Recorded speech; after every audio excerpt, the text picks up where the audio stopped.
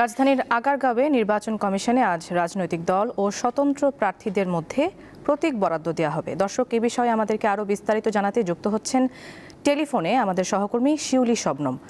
শিউলি, প্রতীক বরাদ্দ কার্যক্রম কি শুরু হয়েছে কিনা জানাবেন। আর অন্যান্য নির্বাচনে আমরা যেমনটি দেখতে পাই যে প্রতীক বরাদ্দের পরেই প্রচারণা শুরু করতে পারেন প্রার্থীরা, তো এই নির্বাচনে কি সেই বিষয়টি থাকছে কিনা নাকি আগামীকাল থেকেই প্রচারণা শুরু হবে জানাবেন।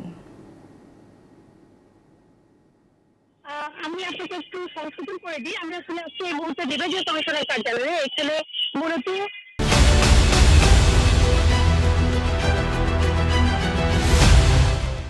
13টি সংসদীয় আসনের প্রতীক বরাদ্দ দেওয়া হচ্ছে এই স্থান থেকে।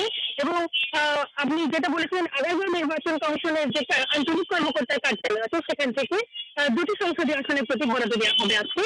এবং আমি যেহেতু এই মুহূর্তে বিভাগীয় কমিশনের কার্যালয়ে আছি সেগুনবাগিচায়, এখানে সকাল ঠিক 9টা থেকে প্রতীক বরাদ্দ কার্যক্রম শুরু হয়েছে। এবং প্রত্যেকটা প্রার্থীর জন্য অর্থাৎ সংসদীয় আসনের জন্য 30 মিনিট করে সময় বরাদ্দ রাখা হয়েছে।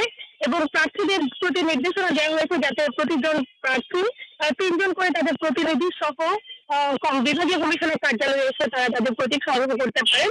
এবং আমরা দেখেছি সকাল থেকে এ পর্যন্ত 4টি সংসদীয় আসনের প্রার্থী এসেছেন এবং তারা তাদের প্রতীক নিয়েছেন এর মধ্যে। এবং প্রতীক নেওয়ার শেষে তারা যেটা প্রত্যাশা করেছেন যে আগামী সংসদীয় নির্বাচন যাতে একটি অবাধ সুষ্ঠু হয় এবং কেউ কেউ বলেছেন যে যাতে ইনসাফের বাংলাদেশ গড়ে ওঠে। এবং আইন শৃঙ্খলা পরিস্থিতি যেহেতু এখনো স্বাভাবিক হয়নি বলে মনে করছেন অনেক প্রার্থী, তো তারা প্রত্যাশা করছেন দ্রুত সময়ের মধ্যে সরকার নির্বাচন কমিশন সে বিষয়টি স্বাভাবিক করে নিয়ে আসবে। এবং এছাড়া যদি আপনাকে বলি যে আসলে আচরণ বিধি প্রতিপালনের ক্ষেত্রে এবার আমরা যেটা দেখেছি, নির্বাচন কমিশন বারবার করে তাদের শক্ত অবস্থানের কথা জানাচ্ছিলেন এবং তারা বলছিলেন এক্ষেত্রে প্রার্থীদের কোনো প্রকার ছাড় দেওয়া হবে না। কিন্তু যেহেতু আজকে প্রতীক বরাদ্দ দেওয়া হবে এবং আমরা দেখি অতীত বিশ্লেষণ অনুযায়ী আপনাকে যেটা বলতে পারি যে আসলে প্রতীক বরাদ্দ পাওয়ার পরপরই প্রার্থীদের মধ্যে নির্বাচনী প্রচারণা শুরুর যে সংস্কৃতি সেটা আসলে শুরু হয়ে যায়। যদিও আনুষ্ঠানিকভাবে প্রতীক বরাদ্দ পাওয়ার পর আগামীকাল থেকে